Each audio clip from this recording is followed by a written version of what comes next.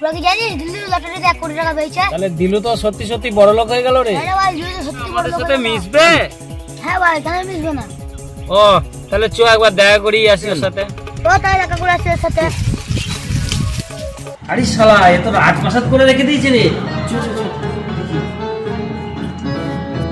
ও দিলু ভাই, দিলু ভাই। দিল্লু, কি খবর? খবর তো জবর। পরে দেখা কর, বুঝলি? ব্যস্ত যাবো খুব। তোকে মানে বললাম না যে দেখা করার টাইম নেই। আরে ভাই, এখনো ব্যস্ত আছি, চোখ করে দেখা করবো। কিরে দিলু, কি খবর?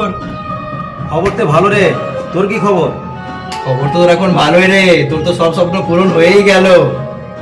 আচ্ছা, তুই কোন স্বপ্নের কথা বলছিস?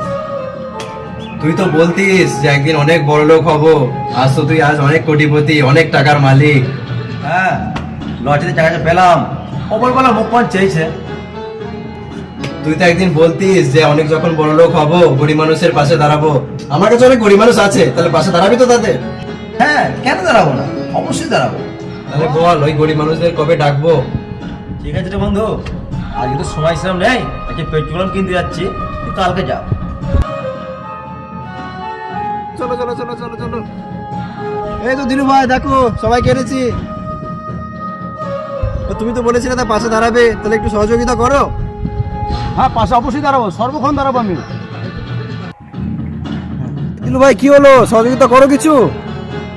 এই তো বলেছিলাম না পাশে দাঁড়াবো, গরিব মানুষের পাশে দিয়ে দাঁড়িয়ে আছি আমি।